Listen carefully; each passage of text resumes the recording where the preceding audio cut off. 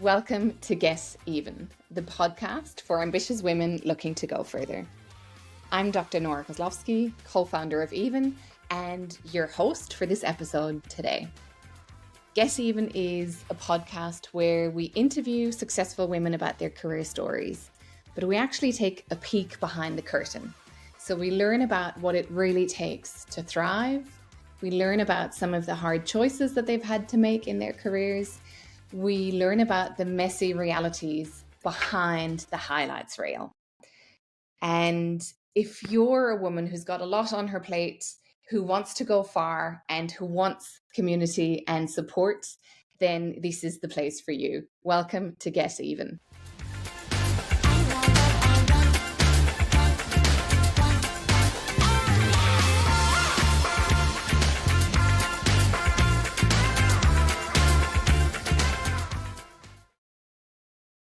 Welcome to Get Even. I'm Dr. Nora. Today's episode is about how to build a future-focused career in the age of AI. I'm joined by Dr. Andrea Titus, who leads employee learning at Microsoft across ANZ and Japan. She's also a published researcher in the Harvard Business Review on the topic of inclusive leadership, and she's someone who's built her career at the intersection of learning, leadership, and talent. In this conversation, Andrea takes us behind the scenes of her journey, including some of the pivotal moments, some of the mentors that helped her, and the unexpected redundancy that she faced during COVID, which forced her to rethink what was next. Andrea and I talk about how that disruption pushed her outside of her comfort zone and actually opened new doors. In retrospect, it reinforced her belief that we really only make sense of career as a story that we tell in hindsight. As a learning professional, Andrea explains why AI literacy and skill building are now essential for anyone who wants to stay relevant in a fast-moving market. If you're building your leadership capability, navigating uncertainty, or thinking about how to grow, this episode will give you practical perspective and encouragement. And if you do find this conversation valuable, I'd love for you to leave us a 5-star review on Spotify. It'll help more women to discover the show and keeps these conversations going. Now, let's get into it. Hi, Andrea. A huge welcome to the Get Even podcast. Thank you. Thanks for having me. So excited about our conversation today. So the first thing I want to know is you've got this massive role leading employee learning for Microsoft ANZ/Japan, and you've had a bit of a path to get there. So I want to know, how did you arrive here and what were some of the less obvious or messier steps along the way? I love this question. So I think for me, probably 2 reflections. One is that there were a lot of amazing leaders that I had along the way that really helped to shape the journey. And a few of them in the Even network as well. And then also, I think, opportunity kind of comes from the strangest places and often disguised as disruption as well. So for me, maybe some of the messier steps during COVID, I was made redundant. And I remember, at the time feeling very destabilized and worried about what the future might hold. But looking back on it, that was actually quite a blessing in disguise, because I think I'm quite naturally risk averse and I probably would have stayed in my comfort zone, but that was a real forcing function that pushed me outside and pushed me to try new things as well. So I was really lucky in some of those transition periods as well to have such amazing mentors. So Kat Page was one. I remember I was really nervous to step outside and try a new role. And she said to me something like, you've got the structured problem solving ability and you've got some great frameworks. You just need to sub in some new domain and industry knowledge now.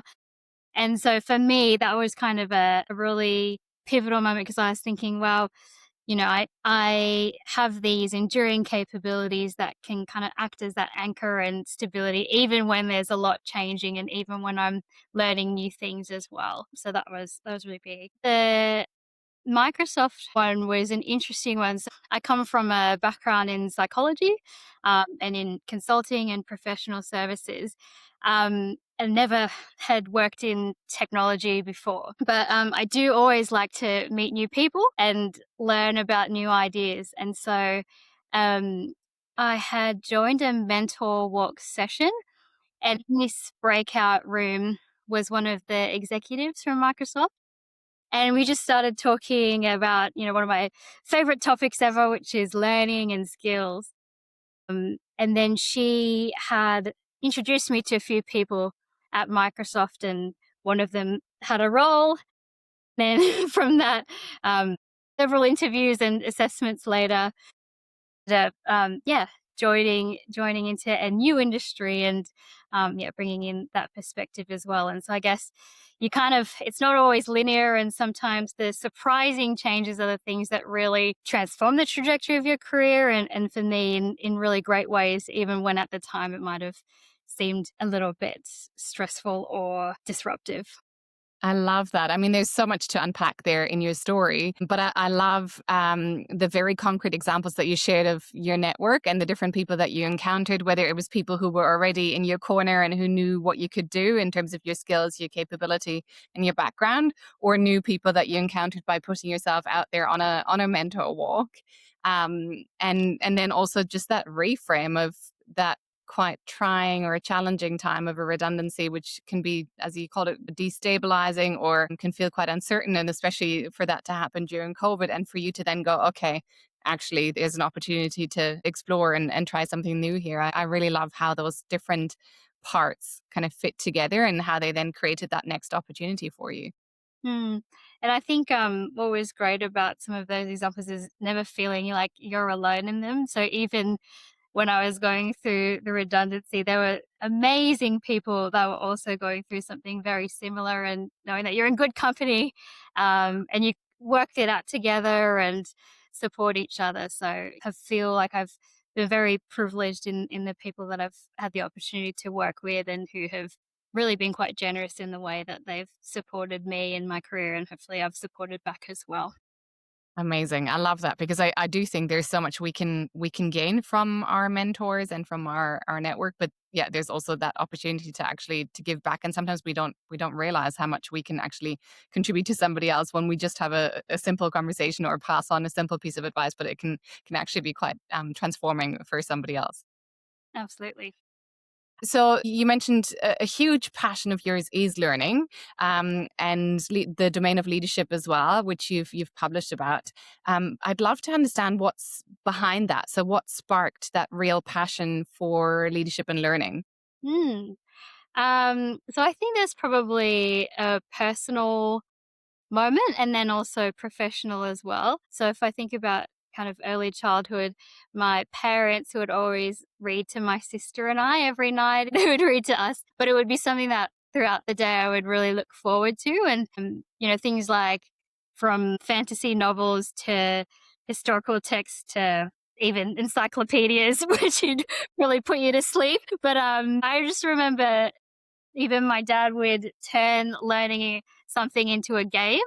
And so there was one night where we learned how to sign language bits of the alphabet together. So it was just really fun discovery. And it made me feel like learning is not this kind of transaction, but it's expansive, and it's the way that you find out about different cultures and different people and new ideas. And so that really stayed with me. And I think that kind of like love of discovery and enjoying new ideas is something that I've really carried through. And then professionally, there was probably one moment very early on. So when I was an intern at Deloitte, I was working with one of the partners there, Juliette Berg, Hmm. and I just remember thinking, oh, if I can be like that someday, one of those leaders that kind of has it all together and knows everything, I'll really have reached. And she had asked me to teach her. So she came from a background in humanitarian law, and she was really interested in some of the organizational psychology discipline that I was studying, and also the statistics that I was using in some of the work that we were doing. So she had asked me to tutor her for an hour every week. And I What? couldn't believe it. So I was like, why would you get the most junior person in the team to teach you something for an hour every week. But it was really transformational for me as well, because at the time I was someone that was incredibly shy, quite Hmm. introverted, not very forthcoming with my ideas, and very hesitant. But to have someone like her value what I had to contribute so much that she would invest an hour of her time learning from me, and to see someone so senior go, I don't know this, but I want to learn more about it, was amazing. We kind of talk about in Microsoft, don't be a know-it-all, be a learn-it-all. And so even before I kind of heard that concept, she was someone that really modeled that to me. And I think, yeah, that's such a great quality to have in a leader, because it not only kind of accelerates your knowledge and learning, but it also brings people along on the way as well. And I think I could feel the impact of that and want to pay that forward as well in the way that I lead. Exactly. What an amazing gift to give to you to be able to show that that's what leadership looks like, or that's what lifelong learning and curiosity looks like when you're at a senior level. What a gift that you were able to witness that early on in your career. So, one of the things I'm really interested to dig into is some of the research that you've done on the topic of inclusive leadership. And you mentioned Juliet Burke there as one of your early collaborators and mentors. But I'd love to hear, what was it that inspired you to really focus on inclusion as a leadership capability? And then how that research that you did, how that shaped your perspective as it evolved on effective leadership. So I think it's difficult to answer the question without talking about Juliet, because she was really one of the pioneers in the field of inclusive leadership when it was still a very emerging construct and there wasn't much research yet on it. And so she was really the one that was pioneering this work. But I think what really stuck with me more than anything was she didn't just kind of have this theoretical conceptual interest in inclusive leadership, but she lived it out day to day with integrity. And she had this real conviction around her beliefs. So no matter the situation, you would see the way that she was committed to diversity and inclusion play out. And so that was really the start for me. But then as we continued to work together, I think what kind of shifted in my understanding was that inclusive leadership wasn't just this kind of nice to have soft skill, but it's something that is really quite tangible, that you can measure, and it's very observable too, and you can practice and learn it. So in our research, we had looked at thousands of leaders and what were the kinds of behaviors that really made the people around them feel included. And so from that, we found these 6 key behaviors. So around being committed to diversity and inclusion, having the courage to be humble and Mhm. admit mistakes, being really aware of bias, being curious, culturally intelligent, and having the interest and adaptability to work across different cultures, and then collaboration being the last one. And so all of those 6 are ones that I try and bring into my own leadership practice today. So I think we identify these 6 behaviors. And one of the questions we often get asked is, well, of those 6, which are the most important? And what we found is that the answer really depends on who's asking. So for the leader themselves, commitment is really the key, because it's the impetus and the driving force to get them to enact these kind of leadership practices and behaviors. But then for the team members that they've got and the people around them, what is really important is this awareness of bias and seeking to create that environment where you do uphold equity and fairness. And that combined with humility as well. So being able to admit your mistakes, and those are really important for the individuals themselves. And I think what was great in the research was that it wasn't just about team members feeling included, but it had performance impacts as well. So what we saw is that people that had leaders that were very inclusive tended to feel safer to speak up, tended to be in higher performing teams, and inspired to do their best work as well. And what that tells me is that it's not just this kind of it's not just altruistic, but it's something that is a competitive advantage, and also really important for getting the best minds to solve the complex problems of today. Yeah. Yeah. I agree. I think it also reflects what we're seeing at Even. I think the organizations that really do this very well, of course, they think about inclusivity as the right thing to do, but they also think about it as a good thing to do for their business. And I think having that lens, I think, really, and that leader commitment that you talked about, I think is one of those key ingredients where we see things either progressing in a positive direction or not sometimes. Yeah, absolutely.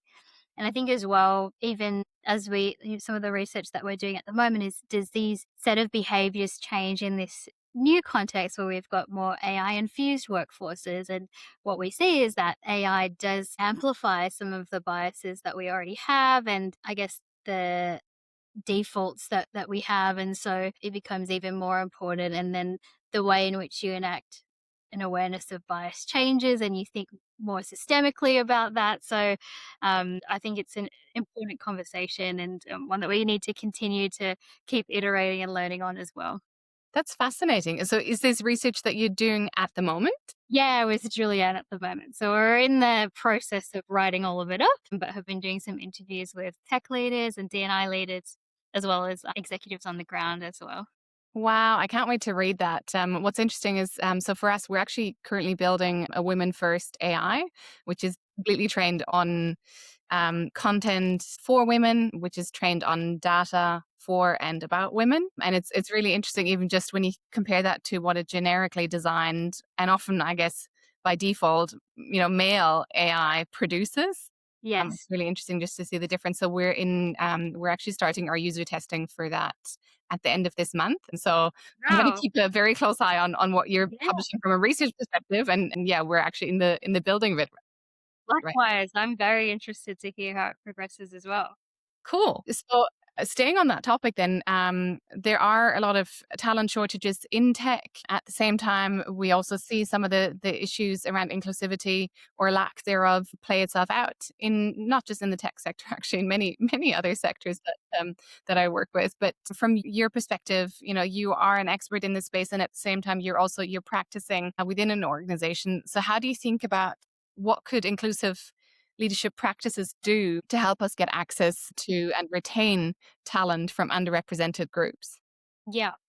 No, I think it's a very important one. I feel like where inclusive leadership plays a really key role is it helps us to recognize that the complex problems of today really do need multidisciplinary teams and multiple perspectives to solve. So if I think about, even in our environment in technology and specifically with AI, the implications of AI are so far reaching. They're not just technological, it's societal, behavioral, ethical, legal. And I think we risk kind of having it, if we're narrow and only have engineers and developers and technological experts in that conversation, we can design for technical brilliance, but ignore human consequence as well. And so it's a huge risk, I think, for us not to be sourcing people from different fields and different backgrounds. We need lawyers, policymakers engaging on this as well. And I think even kind of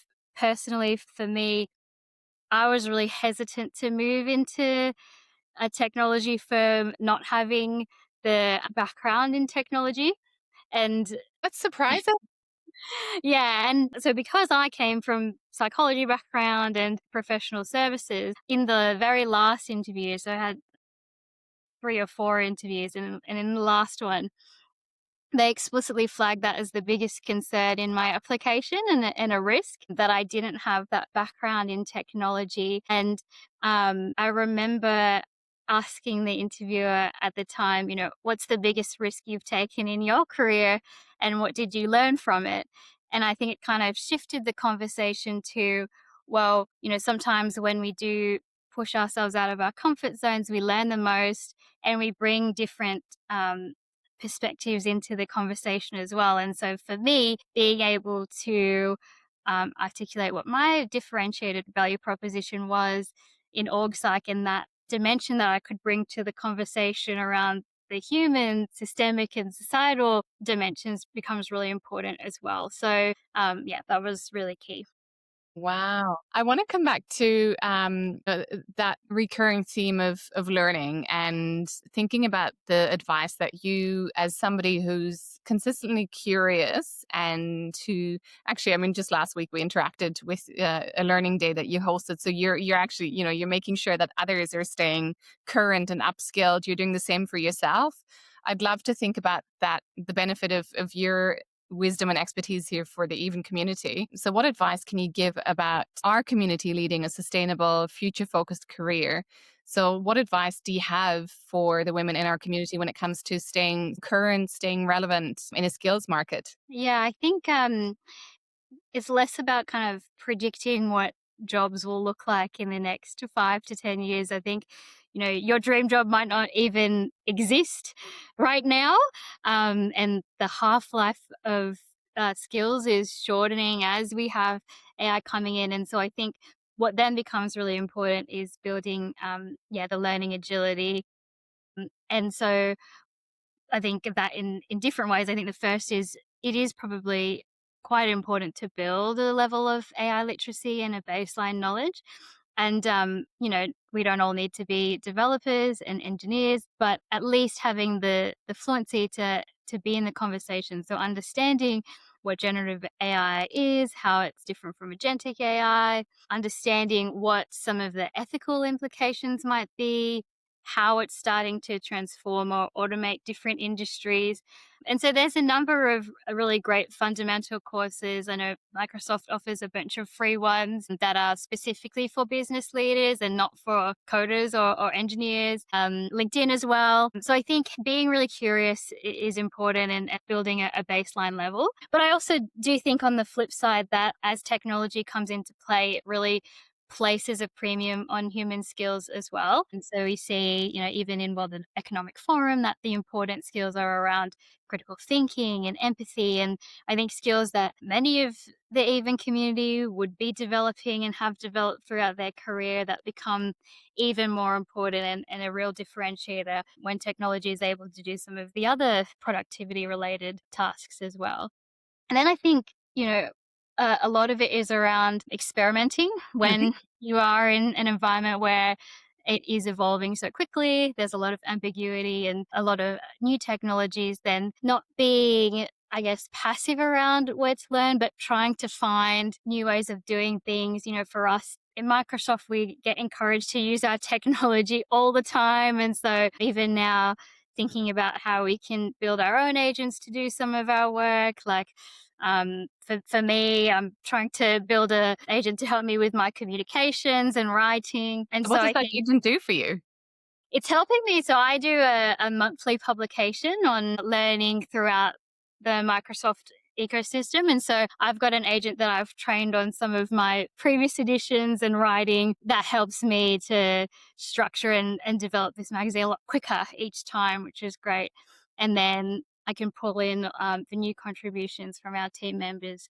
So kind of getting it closer and closer to the style and the editorial style that I'm used to. And that is a big time saver because it used to take me 2 days to pull everything together. And now I can do it usually in about half a day. So, Amazing. and I think other people have some great examples too around where they're using agents to automate parts of their work and their tasks. I think, for our engineers, it can be quite confronting because they're getting AI to write a lot of the code that they previously would have written, but then now they're coming up with new ways to develop technology a lot quicker and be able to put it into product phase as well. So I think in summary, it's kind of the baseline level of tech skills, but then also your human skills and having that experimentation and curiosity mindset is really important as well.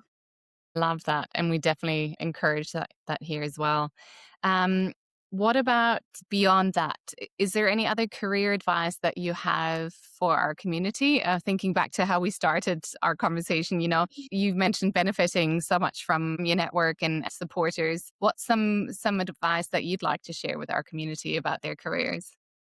I think for me, a lot of the opportunities have come from genuine human connection and not always kind of trying to look for a career opportunity, but gravitating towards situations where I'm genuinely interested in the topics or genuinely interested in the community has been really helpful. And that's kind of where I guess, some of those opportunities kind of organically come up.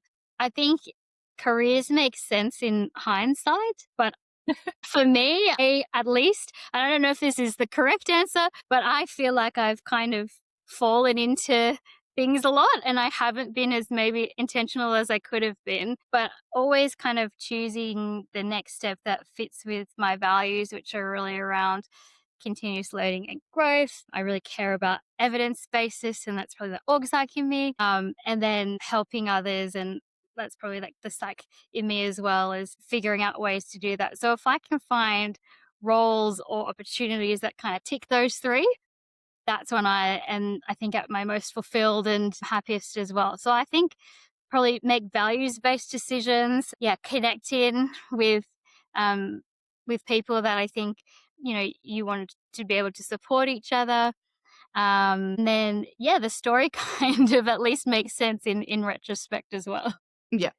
Yeah, totally agree. I think sometimes you can go, oh yeah, that's a great opportunity. And so you go for that. And at the time it's like, but I was in this role. How does that role fit Mm. with, my coherent story? But I think it's afterwards, as you said, you do find what is the red thread, or what is it where you're still applying the same capabilities, or where, you're still about a specific domain like learning.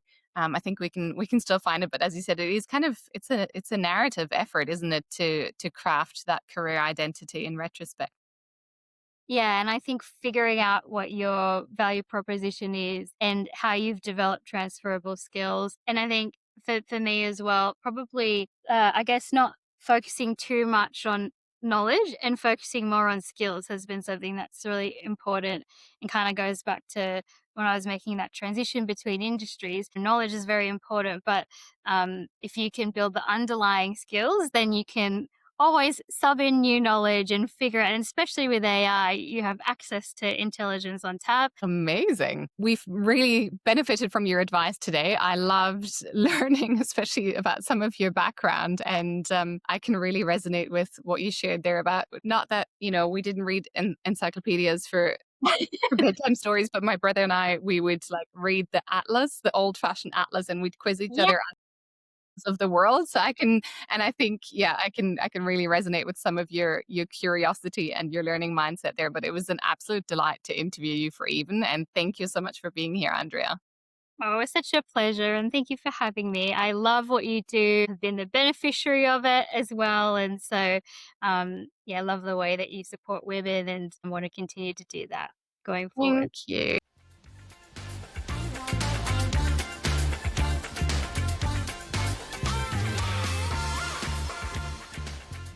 I'm Dr. Nora Kozlowski, co-founder of Even, where our mission is to accelerate women's economic potential. Check out even-careers.com to learn how we support women and business to get even.